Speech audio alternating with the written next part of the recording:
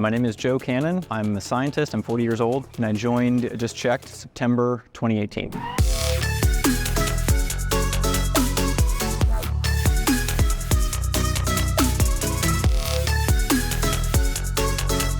So I grew up in Silver Spring, Maryland, which is a suburb of the DC area, and played soccer pretty much competitively throughout college my whole life. Still play recreationally, and it had been a big part of what I do, or what I've been doing. From a fitness standpoint, didn't really start lifting weights or anything like that, probably until college. And then kind of after college and after graduate school, started doing more CrossFit style workouts and began that in 2012. It was actually not so dissimilar to here. I moved to Austin, Texas, and was down the street from a gym, and I saw a bunch of people working out in this weird way I'd never seen before. So I thought maybe I'll give it a shot, and kind of became hooked on it. It was a really nice endorphin release, decreased anxiety, all those sorts of good benefits. So I've kept up with it, sure. So in the interim between Texas and here, I moved to Massachusetts, had a few children, and that really put the fitness on the back burner as far as priorities go. But coming down here, it felt like it was a fresh start. I moved about 2 minutes away from Kanna, and so that was a new starting point, and I decided to give it another go, partially because I was kind of sick of just getting new pants every year, increasing the waistband size, and wanted to take back control. I think, CrossFit style workouts in general have kind of a high activation energy. It's something that takes a lot to get started.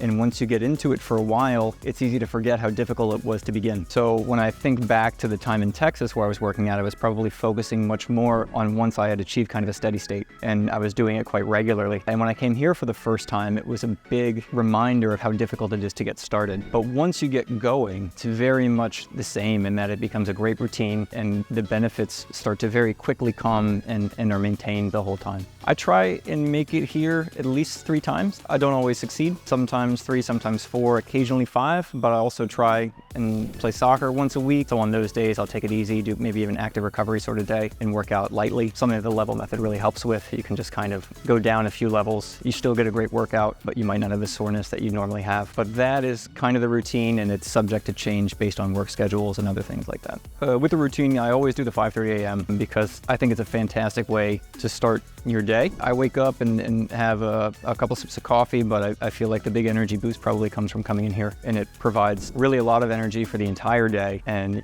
just in a much better mood, kind of lower anxiety, so it's a great start. I guess in the gym, one of the things that I look forward to is kind of the new challenges and ways that you can do it even in the absence of increasing weight and things like that. So for a long time, my big focus was to decrease weight, so years and years of not working out, I had gotten up to a weight that I was much heavier than I liked. So I spent the first year or so kind of decreasing that and getting down to where I wanted to be, and then was able to shift the focus into trying to lift heavier and get stronger and things like that. And that's manifested itself in things like being able to do pull-ups, which I couldn't do for a long time. It's one of my favorite exercises because I feel like I had to first lose a lot of weight to get there, and then finally be able to do it, and now you can add more weight on, so there's a lot of room for improvement. And one thing that I think that's also cool about is a lot of the movements really require a lot of skill, and you can feel yourself get better at them over time. So things that seem kind of unimaginable, like doing 50 or 60 double unders in a row when you first start, become routine after a while. And it's cool to think back on how difficult that was in the beginning and how it's achievable now. In terms of outside of the gym, obviously weight, things like that, I'm much healthier, clothes fit better, that sort of thing. Health benefits that you would see in sort of a blood test, lower blood sugar, things like that, very helpful. But definitely mood is probably the biggest thing. I used to have a much shorter fuse with my kids, and I still do a little bit on days when I don't work out as much, but if I do, it's a nice boost to kind of decrease my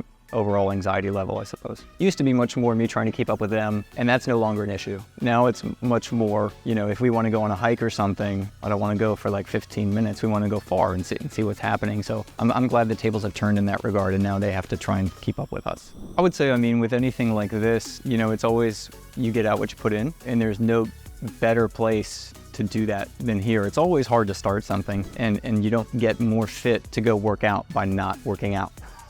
So you've got to start somewhere. And there are other gyms that have talked about judgment-free zones, and that's kind of like a catchphrase, but it's reality at a place like this where there are people of many different levels, different abilities, and it's supportive and collaborative the entire time. So I don't think there's any better place to start. One thing that probably initially thought like I would get tired of is going through the movements every single time, but it is absolutely not the case. The sort of thing where technique can be refined and improved continually. In many cases, it's easy to have good technique for low weight, but as you move up, the technique starts to fail, and that's where the expertise of the coaches really comes into play and helps out a lot. I don't even keep score anymore, partially because I've never been here and left not thinking I got a great workout. So the plateau, I think, is more of a mindset based on a number, and maybe it's a different number that needs to be looked at in terms of maybe the speed at which you can do the movements while maintaining the right technique and things like that. And in those scenarios where maybe like a strength would be something that you could PR with, the metabolic changes that you would go from going so much faster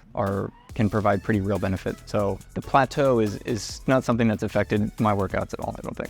I would say that these style workouts have a very high activation barrier, like I talked about. You know, it's hard to make that first kind of step where you keep coming. But if there's ever a gym that could act like a catalyst for doing that, probably one with this kind of feel and attitude around it, where, you know, it's supportive and collaborative along the entire way. So I think this is a great place to start.